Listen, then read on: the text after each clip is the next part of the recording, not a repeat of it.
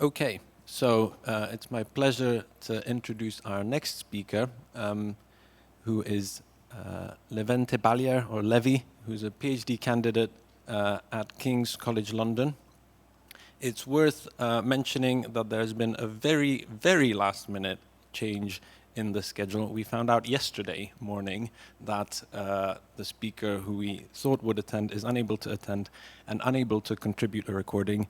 So I'll just mention that Levi found out at 5 p.m. yesterday that he's giving this talk, and this was set up in all of 2 hours. So please join me in welcoming Levi to showcase his work on deep learning.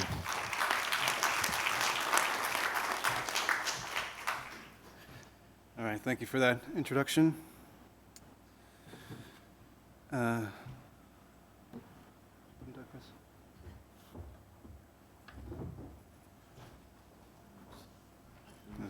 I just mouse. Left click.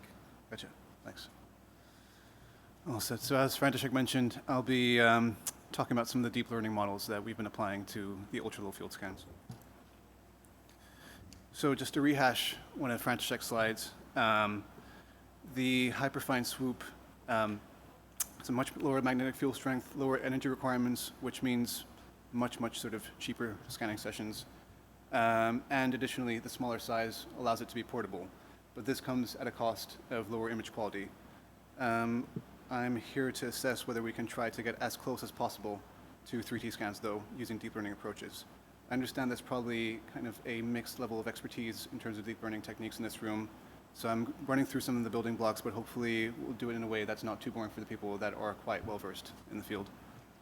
So to take sort of a broad overview, within generative AI, a subfield is image-to-image translation, where there are specific models designed to translate one image to another.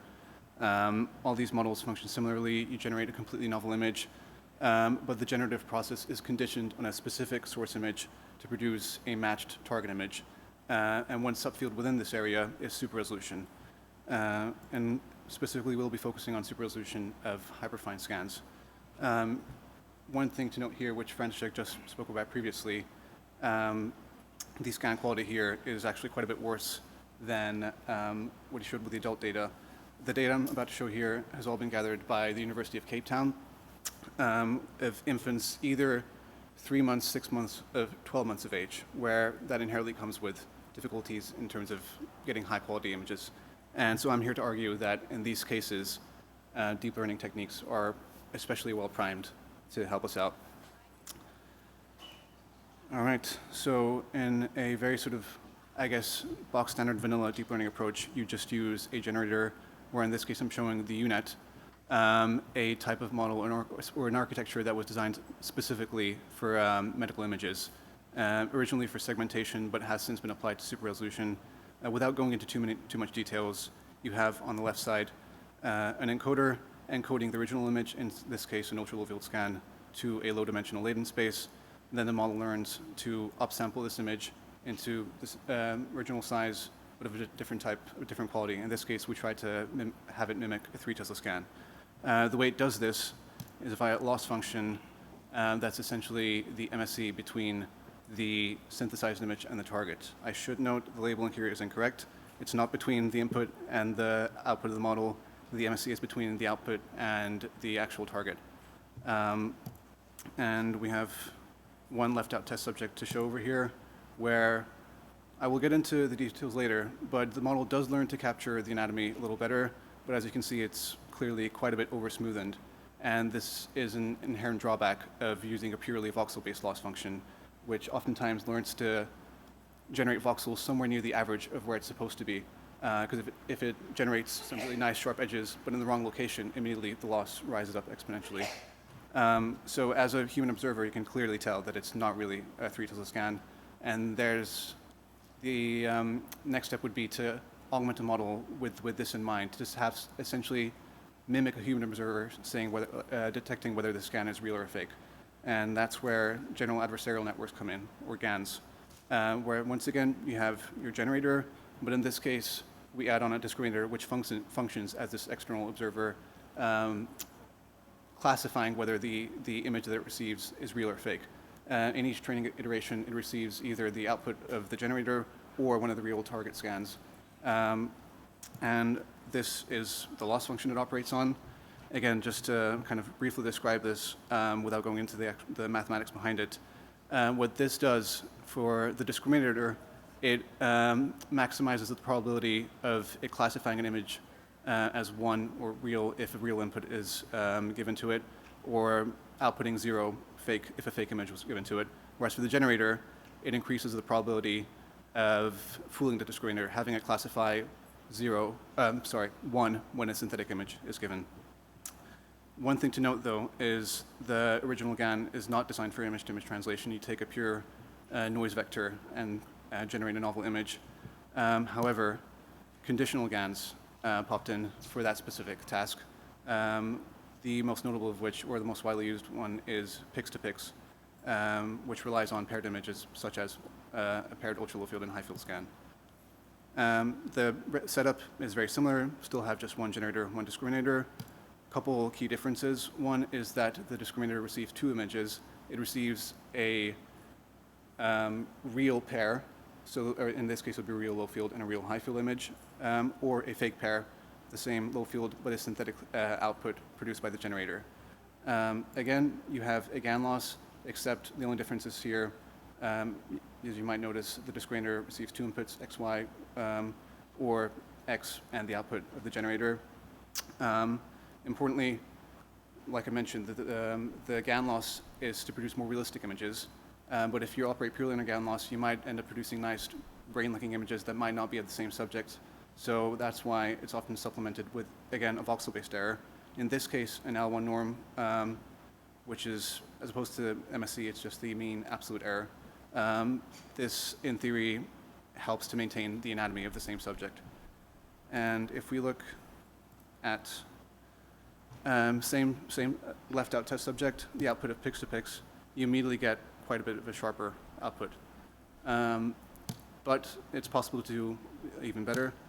And not too recently, but another novel approach is the edge-aware GAN, which is essentially just your pix-to-pix, but with the addition of a Sobel filter. For those that aren't aware, a Sobel filter basically functions as a filter for edge detection. Within the context of medical imaging, this would involve an edge filter in the x direction, the y direction, and the z direction, producing edge maps in all 3 planes, which you then bring together for a final 3D edge map, where this would be added into the GAN, or just to show like the full architecture in this case. It might seem daunting at first, but all it is pix-to-pix, where you have your discriminator receiving multiple inputs, your generator, which is a unit generator, generating a synthetic image, and over here is where the actual Sobel filter is added in, where both the synthetic high field scan and the real high field scan go through the Sobel filter, producing an edge map, so a synthetic high field edge map and a real high field edge map. The difference, the slight modifications here are, once again, you have an L1 norm between the fake image and the target. In this case, you also have an L1 norm between the fake Sobel and the real Sobel.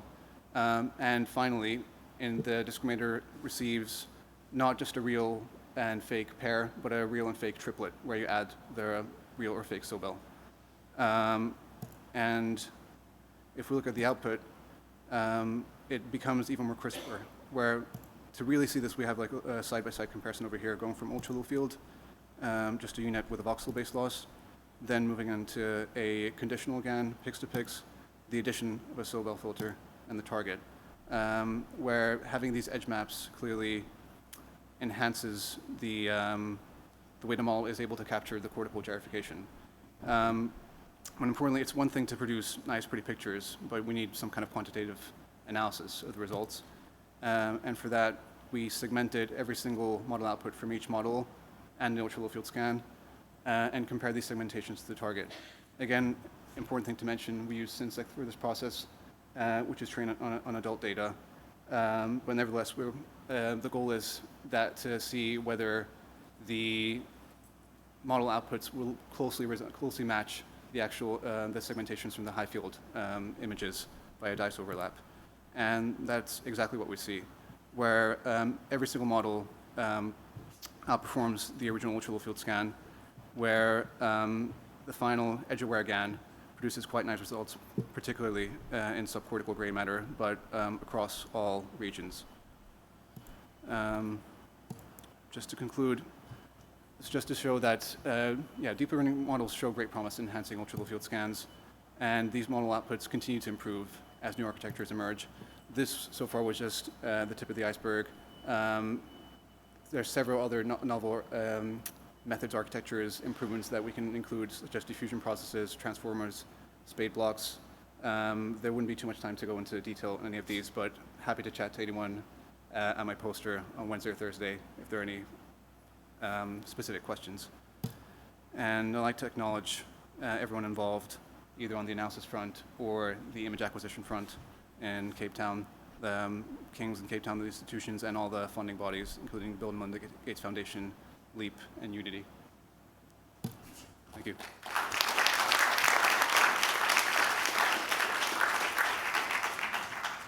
Thank you very much. Again, for anyone who arrived during the talk, Levi found out that he's speaking yesterday, so amazing job. Okay, so please, again, feel free to ask questions at the microphone or using the app.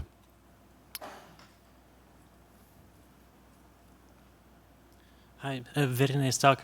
When you're talking about GANs, you say like there are there's like an input and a target, so basically two images. But with the Hyperfine, we have like 6 channels. We have like actual, coronal, sagittal, T1, T2.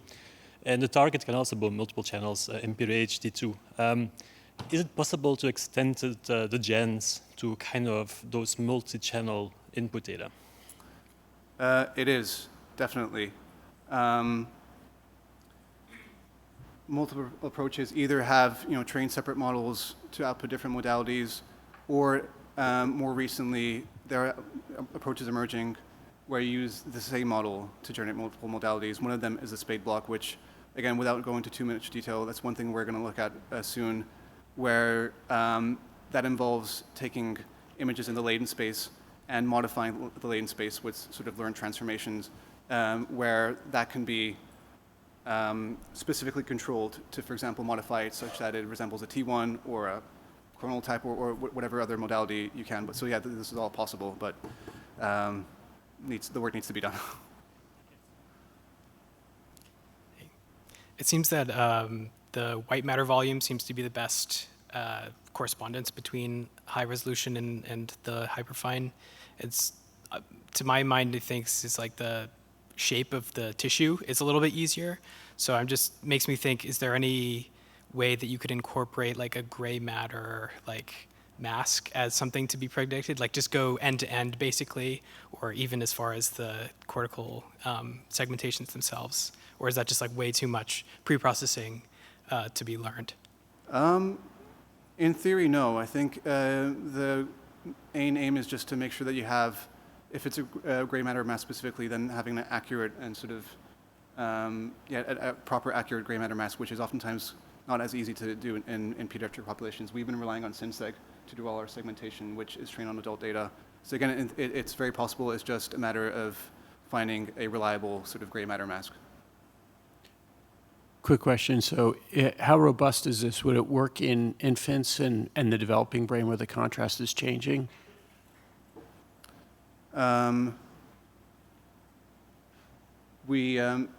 So far our approach has been just to train very age-specific models and test on those specific ages. It is quite a different problem due to the contrast at different ages. So to be honest, we were actually quite pleasantly surprised here, where some of the subjects were like around the 3-6 months ages is when, correct me if I'm wrong, but sort of the gray matter, white matter intensities switch. And even in this case where a lot of the structures, or especially like the details in the cortex, aren't as visible, the model still seems to do well. I think the difficulty, basically anything above sort of, well, speaking to people at SynSeg, it seems to be that their model actually works pretty well on all subjects above sort of 3 to 4 years of age. So my suspicion would be having models that trained to super-resolve on everyone above that age, and having very specific sort of early childhood models. Okay, thank you very much. We'll move over now to our fourth and final speaker.